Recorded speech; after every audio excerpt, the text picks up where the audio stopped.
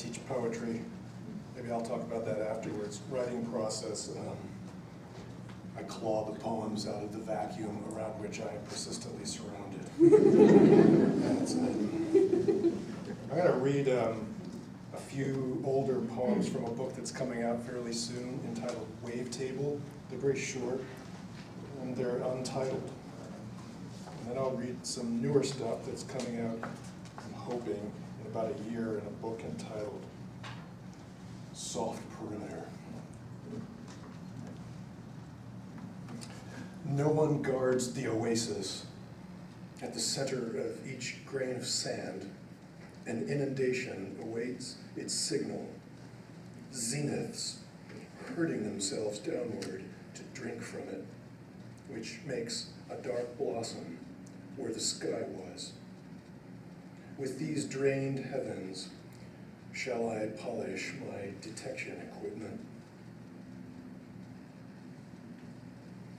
Abraham was trapped with me in the seed pod, which, to split open, required emanations and a new kind of brooding. Maybe he was just doing his impression of a living room lost in the desert. Issue commandments, preserve the clan, name son after waterhole. Arduous overland route back to a pastoral memory. What can a body do but nectarize the secretions of this madness?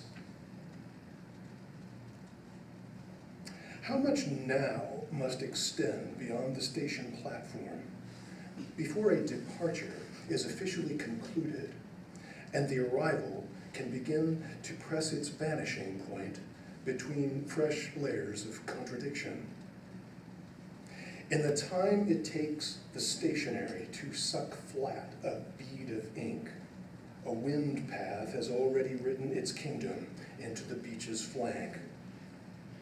By horses buried in full gallop, the grave chained to the cradle. Life monad drifts into scar. Honey place cannot help but fall in with tracking system. Haunts at the entrance to a visible heaven still speak on behalf of femurs, half out of the mouth of on behalf of. And the pepper bird shall do as it pleases, for there is no such bird.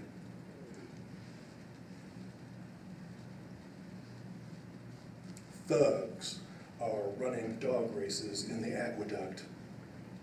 All around the plateau, butch ways of chariotry loiter, waiting for a warrior caste to establish itself. Too early for me to start drawing broad conclusions from this. Must resume reconstruction of the star clock. That, or else disappear into a novelty cocktail. How far inside these years must I travel before I need no longer call them mine? At the gun show, they're selling watermelon sorbet in hollow plastic bullets. This is my death wing, says the death god. Touch it, feel it, and seeds of the wild lettuce float past. The third signal tower fell. I dropped the implant. When we came to, we were staring at ears of corn, all chrome, 30 of them in a row, grill of the bastard's town coop. Crazy. I wasn't made for this. Joanne would be waiting dinner for me. Flank support had stayed behind to realign the optics. Anonymous black two-doors were crossing the tarmac, as always. Many are the words for rudder when the helmsman is no more.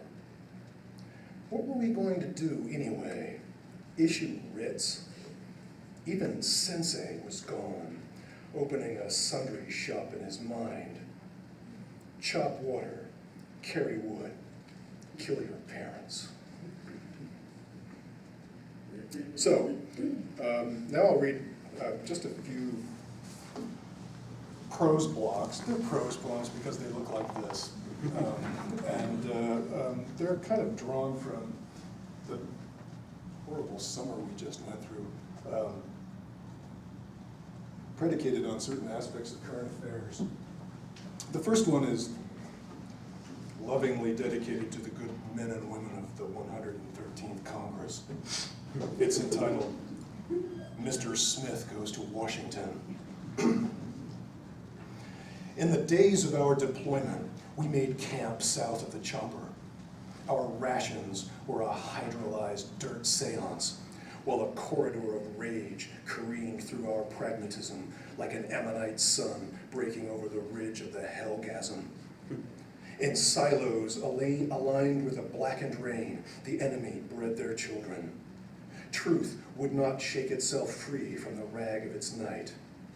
We felt manipulated by the pharaohs, but the pharaohs controlled our minds.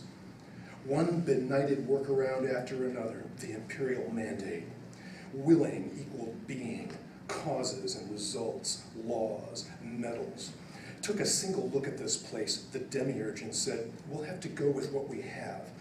From our vantage, I could hear the instruments of state groan and thrash like giants chained beneath the earth. There were such eyes as these, animal sight, leaping from the cliff itself. An abyss is an ad campaign for the benefits of the principal concealments. Never the original plan, never even a resistance to it. The mills of Satan do not close for inventory. We fan our wings before some great burning. Their tips trail bits of flame. Let the ash fall where it will, and the ash fall write its story for the wind that bears it away. This one's a little lighter. It's called The Fulfillment. We were totally booked to a megafaunal paradigm, but Intel cored too deep on the remelt. Frontal cortex for the last million years posing as old ripcord cochise, and all Steph can talk about is overhearing Morgan call her etiquette a complex form of social origami, while another parking lot drops into the ocean. Here can never be the Eden, which is perpetually displaced by here, vanishing in phases, in a slow peel of diminishing light, as seen by the weird boy from school who knows exactly at what time of day what? Here can never be the Eden, which is perpetually displaced by here, vanishing in phases, in a slow peel of diminishing light, as seen by the weird boy from school who knows at exactly what day of the year the snake moon will rise. Now, don't do some complicated line drawing of what I just said.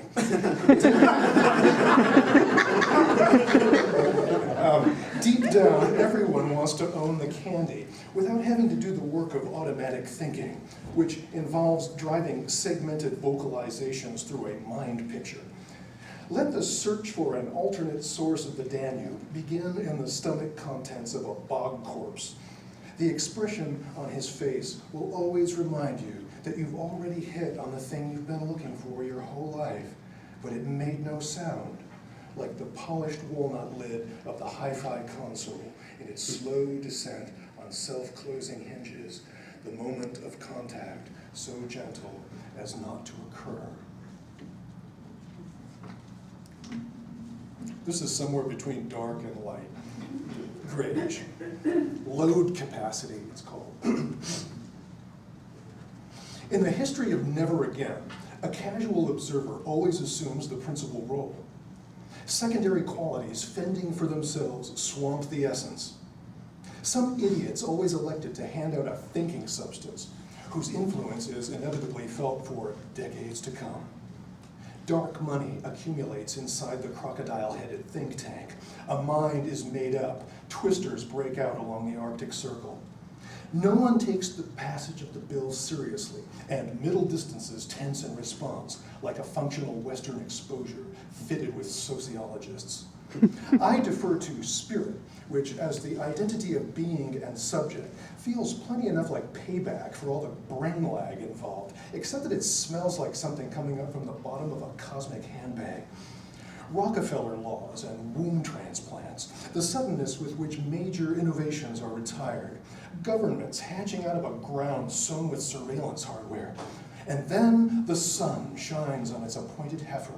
The down on a prepubescent cheek disappears.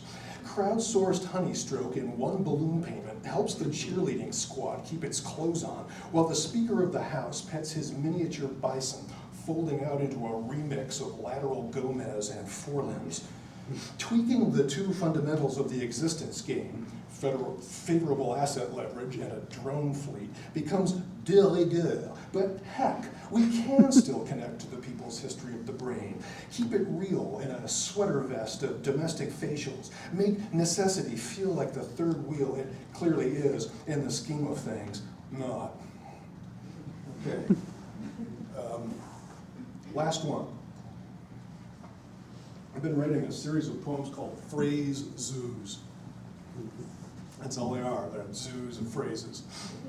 Sometimes the guys just kind of riff.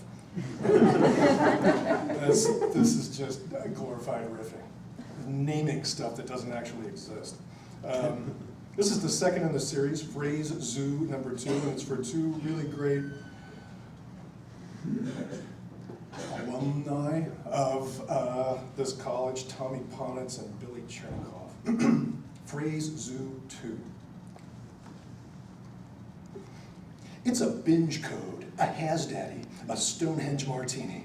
It's a champagne hatchet, a three-legged Kiev, one more rubber venom groan.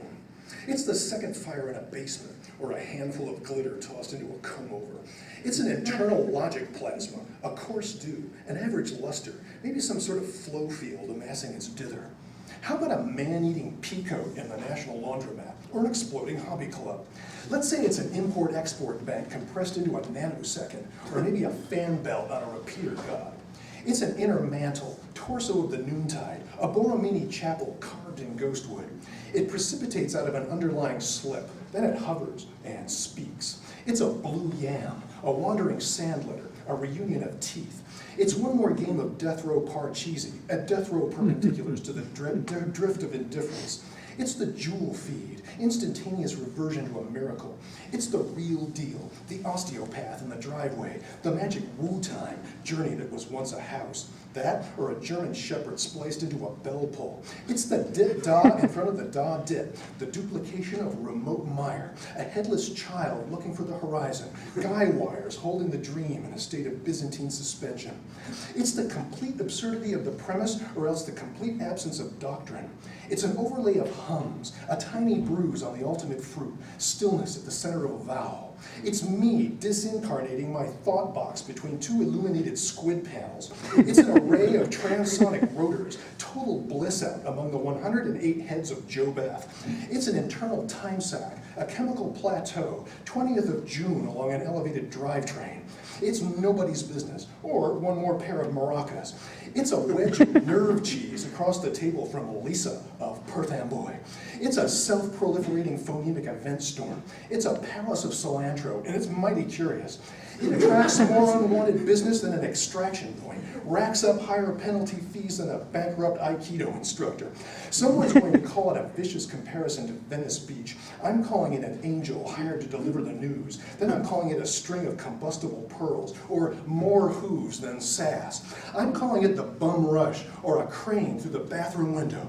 It goes and goes without ever having to leave the glider in the breezeway. It's a case of impetigo, or a case of 5,000-year-old scotch. It's the sister-in-law behind every shaman, the savings bond behind every highboy. It's Peter's denial, a Buddha's acceptance, Lee's surrender, and a defoliated victory garden in one easy lifetime payment.